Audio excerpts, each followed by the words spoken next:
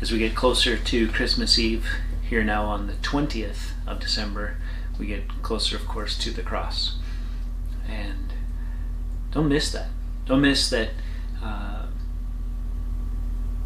that little baby we celebrate lives the life, says all the things, does all the healings that we've examined in the Gospel of Luke, and then ultimately goes to the cross for you and for me, for our sins. Now, of course, the end of the story is really great too, because on Christmas Eve we'll be looking at the resurrection.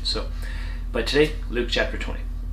One day, as Jesus was teaching the people in the temple and preaching the gospel, the chief priests and the scribes with the elders came up and said to him, "Tell us by what authority you do these things, or who is it that gave you this authority?" And he answered them, "I will ask you a question. Now tell me,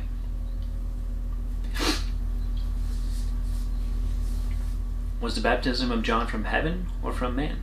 They discussed it with one another, saying, "If we say from heaven, he'll say, 'Why do you not believe?' But if we say from man, all the people will stone us to death, for they are convinced that John was a prophet." So they answered that they did not know where it came from. And Jesus said to them, "Neither will I tell you by what authority I do these things." And he began to tell the people this parable. A man planted a vineyard and let it out to tenants and went into another country for a long while. When the time came, he sent a servant to the tenant so that he would give him some of the fruit of the vineyard. But the tenants beat him up and sent him away empty-handed. And he sent another servant, but they also beat and treated him shamefully, and sent him away empty-handed.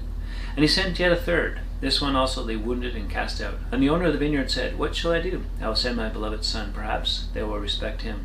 But when the tenants saw him, they said to themselves, "This is the heir. Let us kill him, so the inheritance may be ours." And they threw him out of the vineyard and killed him. What will the owner of the vineyard do to them? He will come and destroy those tenants and give the vineyard to others. When they heard this, they said, "Surely not."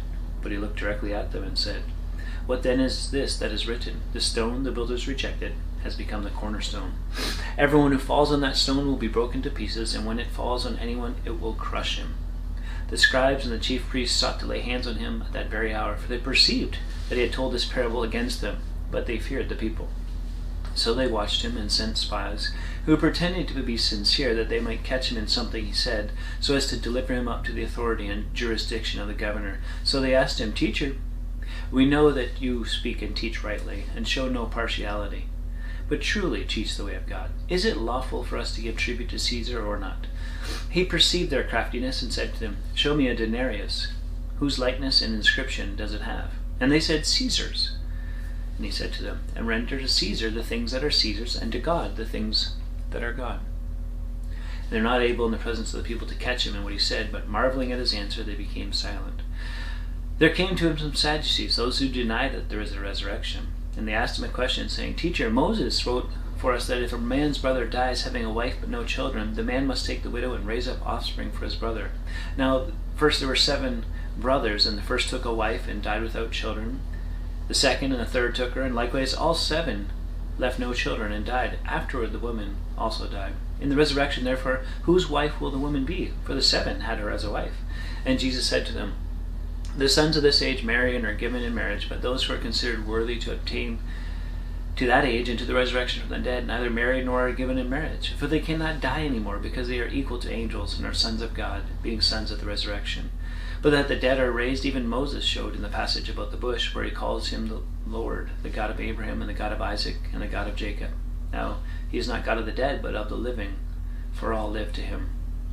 And some of the scribes answered, "Teacher, you have spoken well," for they no longer dared to ask him any question. But he said to them, "How can they say that the Christ is David's son? For David himself says in the book of Psalms, 'The Lord said to my Lord, sit at my right hand until I make your enemies your footstool.' David thus calls him Lord, so how is he his son?" And hearing of all the people, he said to his disciples, "Beware of the scribes, who like to walk around in long robes and love greeting in the marketplaces and the best seats in the synagogues and the places of honor at feasts, who devour widows' houses and for a pretense make long prayers. They will receive the greater condemnation." Well, we're definitely moving to the end as we see Jesus interact with the religious people, and they're challenging him in every way possible, looking to trip him up, looking to downplay who he is, catch him up so that they could turn him over to the authorities, and it doesn't happen.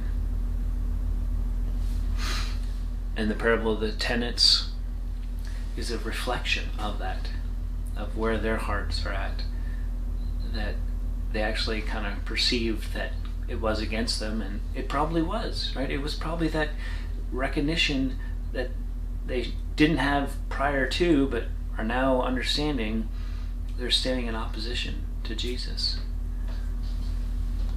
and ultimately to God. And this whole idea of resurrection, this whole sect, the Sadducees, who didn't believe in a resurrection, and they asked this hypothetical question, right? And often people are good at hypotheticals when they don't want to deal with the real issue.